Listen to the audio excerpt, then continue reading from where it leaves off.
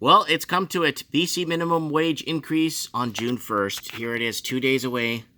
And the generally hour minimum wage in BC will increase by $1.20 per hour effective Saturday, June 1st, 2019.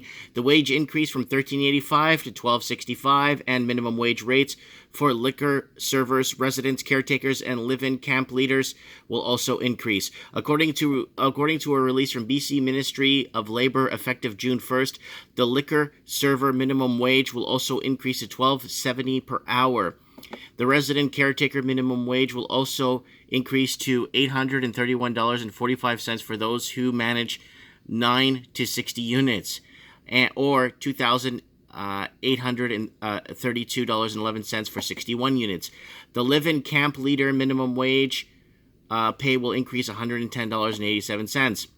These wage increases for BC lowest paid workers are the second of 4 annual increases that will take place of June 1st of each year.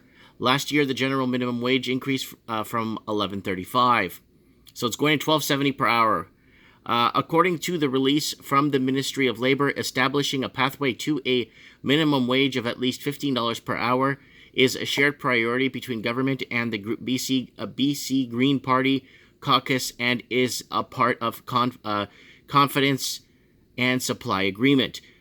By June 2021, BC's general minimum wage will reach at least $15.20 per hour, and the lower liquor server wage will be eliminated, said the release. Now, here's the deal with this, guys. Let me know what you guys think on this.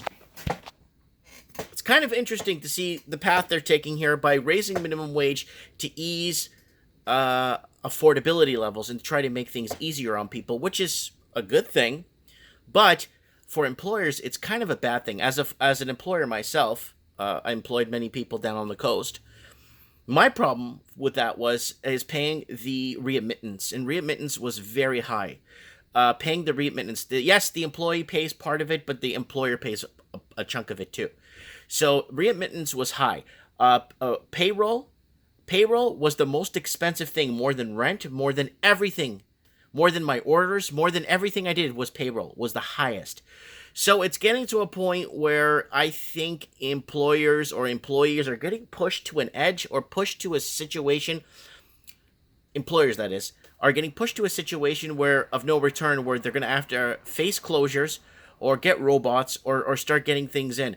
If the back end wasn't that tough, because the back end is what hurts the most. It's not paying people a good livable wage, it's the back end of it. It's readmittance is the problem. And a lot of people don't see that. They're like, oh, employers don't want to pay. Yeah, they do want to pay. But what they end up doing is passing the cost on to the consumer. It's very simple. But now here's the problem with passing the cost on to the consumer, where more consumers are going to need now more money to spend, and they're going to need an increase in pay. So here's the problem. It's almost like a broken backwards clock. You're always going to be trying to fight to go the right way, but you're always aggregating against other things that come into play. So you raise minimum wage, then other things happen, right? A lot of people believe that it's destruction of smaller, lower paying jobs, and other people think it's a great thing to ease affordability for people of the lowest paying sector. But you guys need to remember, 20 years ago, you didn't live off a minimum wage job.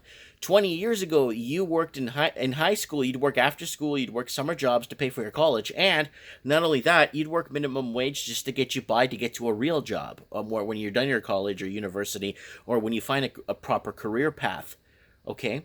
So minimum wage jobs weren't made to live off. They were made to live with your parents, work minimum wage at KFC, get a bit of money for the summer, blah, blah, blah.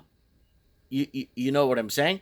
So yeah, that's what it was for. But for me, even 30 years, when I was 15, 16, summer hit, I couldn't get a job if I tried. It was a lot of Asian people working in the food industry and the service industry, and it was very hard to get into any industry. And there were 30, 40-year-old people living off that wage to survive.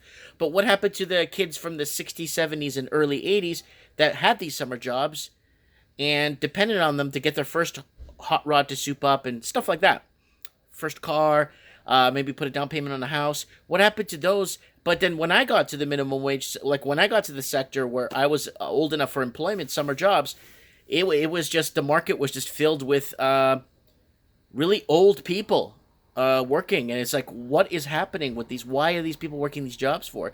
Because they're living off these wages, and that's when I started to see Canada start taking a slow decline. When a lot of people from my high school couldn't land summer jobs, nobody could. Everybody was nobody could get jobs in the summer.